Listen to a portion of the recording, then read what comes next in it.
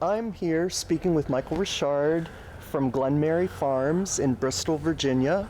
So tell us a little bit, this is amazing, this system. Can you just share a little bit about how this system works and what it is exactly? Sure. This is what they call an oscillating system, or it's a sort of a hybrid of a hydroponic system.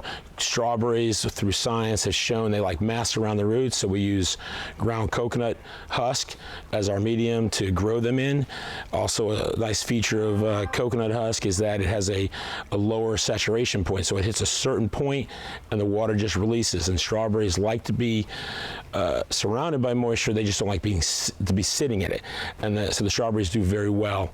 And so this system, what you're looking at right now, is stationary, but it actually oscillates each day so that we get equal sun on the plants. Tell us exactly, how did you decide on this system? So about 10 years ago, standing in my field in about 6 inches of water, my strawberries are floating, and you could smell the farm fermenting probably about a half a mile away. And I just remember looking up in the sky and saying to myself, there's got to be a better way. And at that time, I had just started my doctorate program, and I said, this is going to be my research. I'm going to figure out a better way to grow strawberries here in Southwest Virginia. And so the idea was born.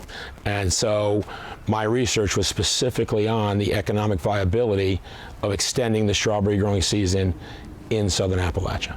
One of the key features of growing like this is you're looking at the environmental footprint.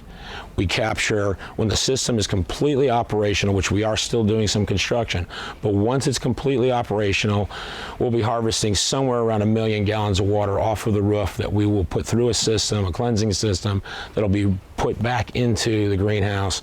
We recapture all of the excess fertigation solution, which will also go back into the fertigation shed and be reanalyzed and again reintroduced into the greenhouse. So the idea is to make our environmental footprint as minimal as possible, to the extent that we actually use, instead of plastic, cardboard containers, cardboard flats, all of which are biodegradable, compostable, and recyclable. To go in line with that environmental footprint, everybody here is trained to a GAP standard. Everybody knows that when they enter the greenhouse, they have to wash their hands. If they leave the greenhouse for any reason, they have to come back in, wash their hands again. We are very, very particular about how we do everything. We are a higher priced strawberry, and part of that is we want to produce a higher quality as well, so that when people purchase that strawberry, that strawberry, they should never get a bad strawberry in our box. So it goes back to the picker with cleanliness. It goes back to the picker that if they drop a berry, it doesn't go into a box. That berry gets thrown away. If they see a problem in the row, everybody is trained in the greenhouse to say, hey, we've got a problem here, how do we take care of it?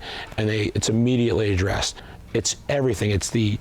GAP is a concept. GAP is it's an idea that everybody in the greenhouse is geared towards a cleanliness, an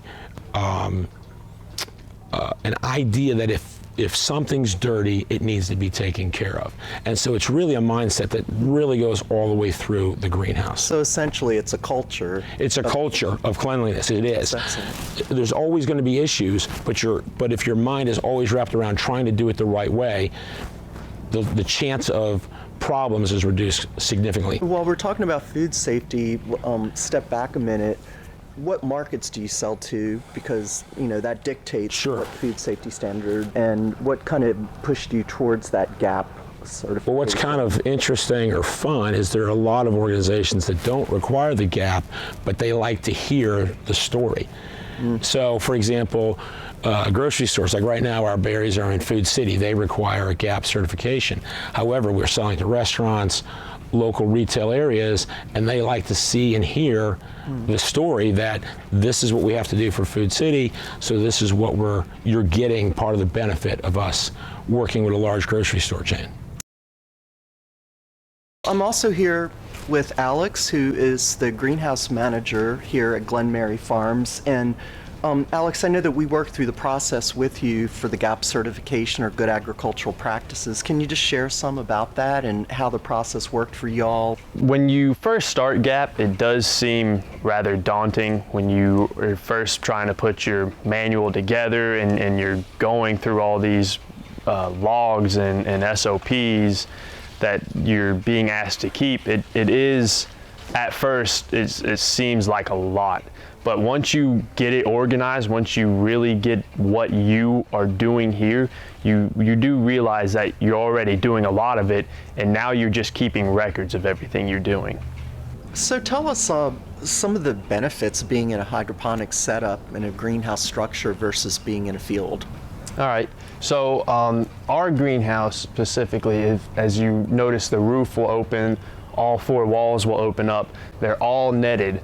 So when our plastic rolls up to let out some of the heat that we're getting, no birds can come in, you know, our doors remain closed so no wildlife can just wander in. And on top of that, all of our berries are up off the ground. So there's no little critters have the chance of wandering in and eating on them or anything like that. So being enclosed really helps us. As the folks are doing the harvesting, tell us about how you trace back what rows. I mean, this is a big greenhouse, so how do you do the whole traceability? And tell us about that some. So our traceability is not complex in any way. When our pickers pick the berries, they put them straight into our boxes. There's no other any other packages they go into. They go straight in here. They get weighed. Then they come down to the front of the greenhouse. We put them on our main scale. We weigh them to get the exact poundage that is in them. And then we take that a stamper, and each flat gets a stamp of our traceback code. So we know that it came out of this greenhouse, what day it came out of, what year it was. So if anything were to come from that, it's a quick phone call to anybody we've sold to say, hey, we have this problem with this traceback code that we've sold you, and they can recall from there. You talked about the process some and Extension being able to help y'all. Would you recommend that process to other folks? Absolutely, absolutely. There is work behind it, but if you're in agriculture, you're already working, and it is not that difficult, and it's going to help you in the long run. Okay, well, thank you so much for of time course. today. And glad to have you guys. Talk to you.